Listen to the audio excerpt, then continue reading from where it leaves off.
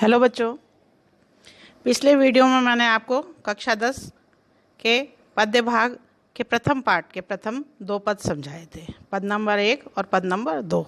उससे आगे के दोनों पद समझाने के लिए मैं आपके सामने उपस्थित हूँ। ये दोनों ही पद भ्रमर गीत से लिए गए हैं। पद है हमारा संदेशन मधुवन कूप भरे।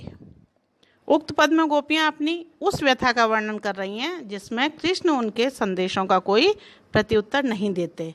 इसी दुख से परेशान होकर गोपियाँ कहती हैं, क्या कहती हैं कि संदेशन मधुवन कूप भरे। वो बता रही हैं यहाँ पर गोपियाँ कि श्री कृष्ण के मथुरा जाने के बाद हमने श्री कृष्ण को इतने ज़्यादा संदेश भेज दिए हैं कि यदि उन संदेशों को कुएं में डाला जाए तो वो कुएं भर जाएंगे। यानी यहाँ पर इतना बड़ा चढ़ाकर वर्णन कर रहे हैं। देखिए यहाँ पर एक अतिशयोक्ति अलंकार भी आपको समझ में आ रहा होगा। अपने तो पठवत नहीं मोहन, हमरे फिरी ना फिरे। यानी अपने जो स्वयं के संदेश हैं अपनी तरफ से हमारे लिए तो कोई संदेश भेजते नहीं हैं, और हम जिन संदेश वाहकों को या संदेशों को भेजते हैं वो भी वापस हमारे पास नहीं आते या कृष्ण उन्हें वापस नहीं भेजते।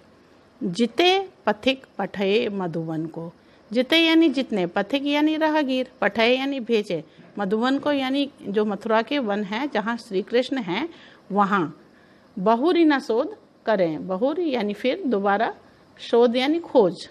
यानी हमने जो पथिक थे, जिन राहगीर थे, जिनके साथ संदेश भेजे थे वो संदेश वापस हमको नहीं मिले, यानी खोजने पर भी वो हमको दोबारा नहीं मिले। कैवे श्याम सिखाई प्रमोदे, प्रमोदे होता वश में करना। कै यानी क्या, वे या तो श्याम ने, श्री कृष्ण ने उनको सिखाकर अपने वश में कर लिया है। कै कहूँ बीच मरे, या फिर वो कहीं बीच में ही मर खप गए हैं। बीच में यानी हमसे वहाँ तक पहुँचने के बीच में। कागद गरे मेघ मसी खूंटी, सरदब लागी जरे। या फिर वो कल्पना कर रही हैं कि मेघ के बरसने से जो कागज हैं वो सब गल गए होंगे, मसी यानी स्याही समाप्त हो गई होगी, या फिर खूंटी यानी कलम जिससे पत्र लिखा जाता है, सरदब जो सरकंडे की बनाई जाती है वो दावाग्नि में जलकर यानी जंगल की आग में जलकर सरकंडे जो हैं वो नष्ट हो गए होंगे, जल गए होंगे, जिसकी वजह से कलम नहीं बनाई जा सकी। सेवक सूर लिखन को आंधो, पलक कपाट अरे। इसमें गोपियाँ कह रही हैं कि सूरदास जी कहते हैं कि मैं आपका सेवक हूँ और आपके प्रेम में अंधा हूँ। इसी तरह श्री कृष्ण की गोपियाँ कहती हैं कि श्री कृष्ण की छवि को तो हमने अपने नेत्रों में बंद कर रखा है, अपने पलक रूपी कपाट को अड़ाकर उन्हें कैद कर रखा है, और वे भी हमारे प्रेम में अंधे हैं।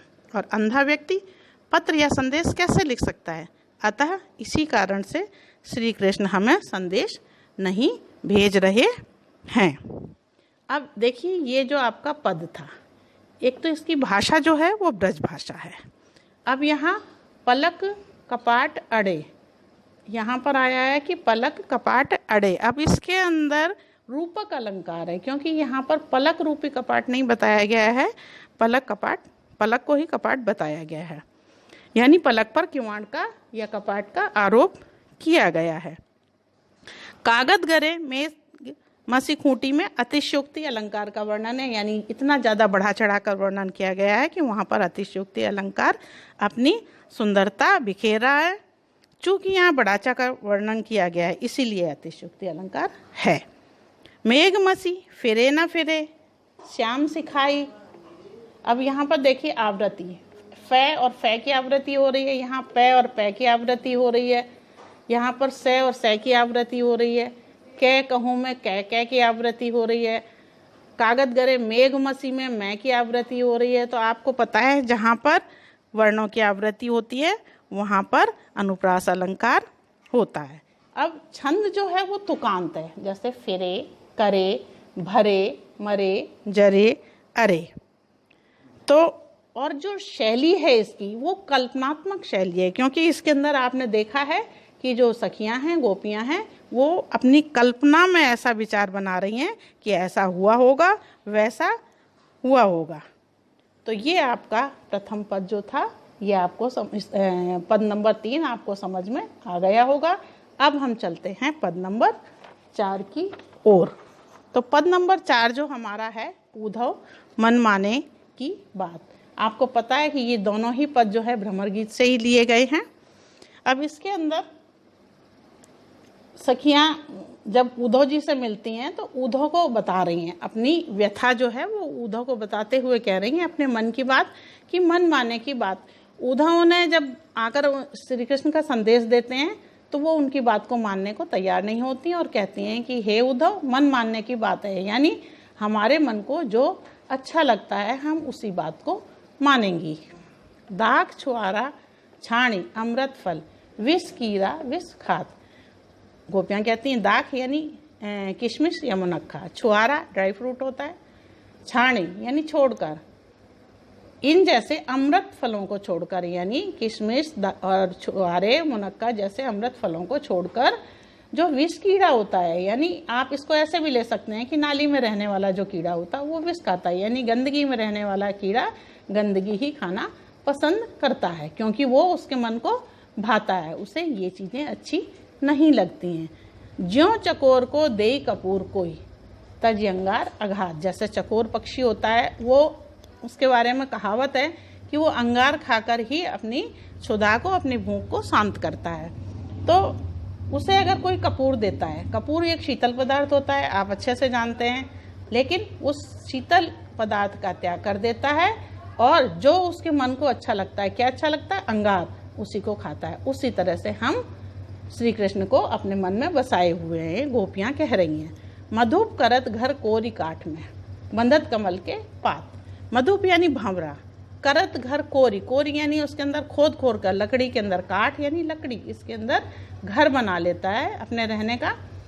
और वही जब भंवरा शाम के समय किसी कमल के फूल के ऊपर बैठ जाता है और कमल का फूल जो है वो बंद हो जाता है, उसके अंदर वो फंस जाता है, तो इस कमल के प्रेम में बंधकर भंवरा जो है वो मृत्यु को प्राप्त हो जाता है, यानी उसके अंदर बंद होकर उसकी मृत्यु हो जाती है। वो उसके प्रेम में इतना पागल होता है कि कमल को तोड़कर या उसमें छेद करके बाहर नहीं आ पाता है। ज्यों पतंग हित जान या अपनो दीपक सो लपटात। पतंगा नामक एक कीट होता है जो जिसके बारे में कहा जाता है कि वो आग के पास जाता है तो उसके निश्चित रूप से पंख होते हैं, और पंख होते हैं तो वो आग के पास जाने से जल जाएंगे, और जल जाएंगे तो उसकी मृत्यु हो जाएगी। तो पतंगा जो है जब दीपक जलता है उससे इतना प्रेम करता है कि उसके पास जाता है और उसके चक्कर लगाता है, उससे लिपटता है, और अंत में अपने पंखों को जलाकर, स्वयं को जलाकर मृत्यु को प्राप्त हो जाता है, यानी उसकी मृत्यु हो जाती है। सूरदास जाको मन जासो तो ही सोई ताही सुहाग। तो यहाँ पर सूरदास जी कहते हैं कि जिसके मन को जो अच्छा लगता है, सूरदास जी कह रहे हैं कि जिसका मन जिसके साथ में बंधा हुआ है या लगा हुआ है, वही सोई ताही सुहाग, यानी वही उसे अच्छा लगता है। तो देखिए इसके अंदर यहाँ पर भी ज्यों चकोर आया है, तो ज्यों उपमा अलंकार के अंदर आपको पता है कि ये उसका वाचक चिन्ह है, तो इससे ये उपमा अलंकार इसके अंदर बन रहा है। और यहाँ पर आप देखिए विष और विष, यहाँ पर अनुप्रास अलंकार बन रहा है। कपूर और कोहू में भी अनुप्रास अलंकार बन रहा है। अंगार अघात में भी यहाँ पर अनुप्रास अलंकार बन रहा है। तो इसके अंदर शैली जो है वो दृष्टांत युक्त है, क्योंकि उदाहरण देकर समझाया गया है। तो बच्चों, ये हमारा चैप्टर 1 कंप्लीट हो गया है। आशा है आपको समझ में आ गया होगा। यदि आपको इसमें कहीं संदेह होता है, कुछ समझ में नहीं आता है, तो आप कमेंट करके पूछ सकते हैं। दूसरा चैप्टर लेकर शीघ्र ही मैं उपस्थित होंगी। हाँ, मेरी हर वीडियो में आप तक पहुँचे इसलिए चैनल को सब्सक्राइब जरूर करें। Thank you so much.